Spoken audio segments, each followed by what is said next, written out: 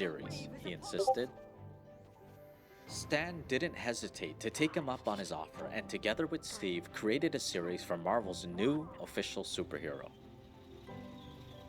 From then on, Stan came up with ideas for more unlikely superheroes with help from other Marvel writers and artists.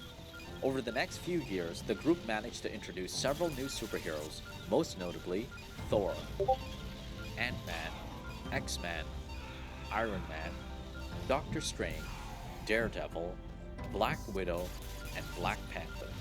Like the Fantastic Four, Hulk, and Spider-Man, each one had unique powers and abilities, but problems and weaknesses like everyday people. What made them even more special was that they were metaphors for the civil rights movement, driving home messages of tolerance and acceptance while rejecting demonization and bullying. With Marvel having changed the comic industry while making more money than ever, Martin decided it was now time to retire and sell the company. When word got out, a businessman named Martin Ackerman approached him with a generous offer, $15 million in cash.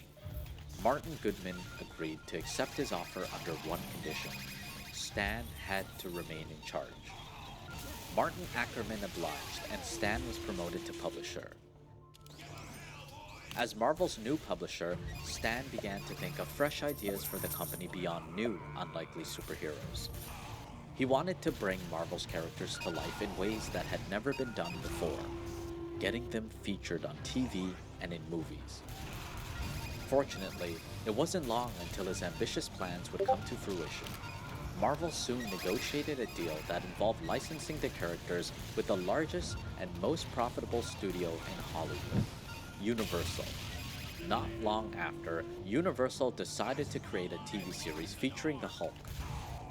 Meanwhile, Stan continued on his pursuit of making his mark in Hollywood. He hoped to find producers who could turn Marvel's comic series into movies. But to his surprise, each one that he approached turned him down.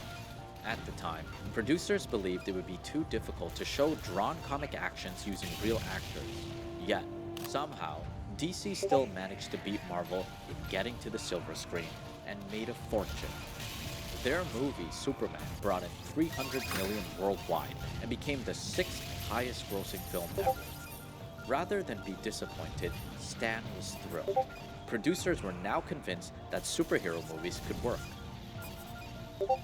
Stan didn't wait around for producers to call. Instead, he quickly set up meetings and even moved his family to Los Angeles. Marvel's new owner, New World, doubted that Stan could pull it off, but Stan proved them wrong. He managed to convince producers to create movies for the Fantastic Four, Spider-Man, and the Punisher. However, over the coming years, Stan realized that would be the easy part. Producers often argued and sometimes sued each other, and the writers were ordered to rewrite scripts countless times. In the end, no one was satisfied, and the movies were never released. Stan was taken aback by the struggles in Hollywood.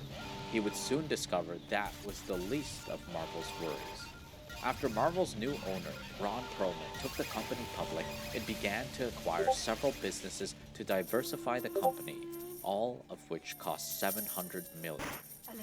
Ron had hoped to make up for the losses by raising the prices on comics, but his plans backfired. Many then found comics too expensive and stopped buying them at all. In fact, sales dropped by 70%, and shares worth $35.75 dropped to a staggering $2.38. Marvel, once a consistently profitable company, was then forced to file for bankruptcy.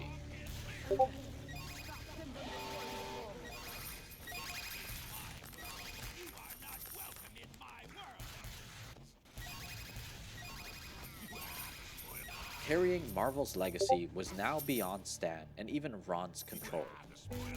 For nearly 2 years, Marvel's banks, bondholders, subsidiaries, and other parties all fought for control over the business with different reorganization plans. Creditors voted to accept the plan by Marvel subsidiary Toy Biz, despite offering less in cash when compared to Ron, since they had the best strategy and vision. Afterward, Toy Biz co-founder Avi Arad became Marvel's CEO. However, after 1 year, Avi stepped down to allow Peter Cuneo, a businessman known for researching companies, to take over.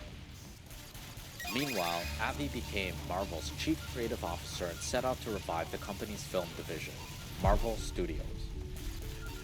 At the time, Marvel Studios had yet to make their own films. Instead, it licensed characters but only managed to bring in a small percentage of profits due to bad deals made by previous management. For example, when New Line Cinema finally released Blade and grossed $131 million, Marvel only received $250,000. 2 years later, Fox released X-Men and grossed $296 million. Marvel only received $26 million. 1 year later, Sony released Spider-Man and made $821 million, marking the highest grossing superhero film at the time.